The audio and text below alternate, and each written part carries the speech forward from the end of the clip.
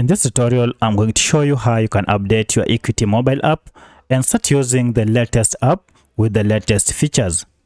Now, by updating your Equity mobile app, you'll be able to fix a lot of problems that are associated with the older version of Equity mobile app, such as bugs and malfunctioning of the app.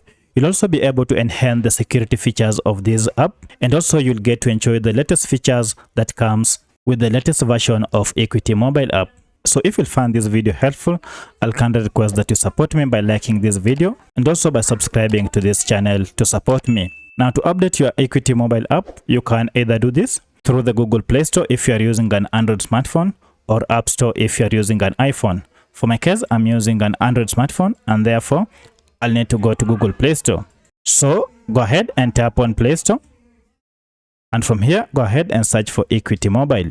And now you can see the app is here. Go ahead and tap on it to open. Now you can see we have two options: uninstall and open.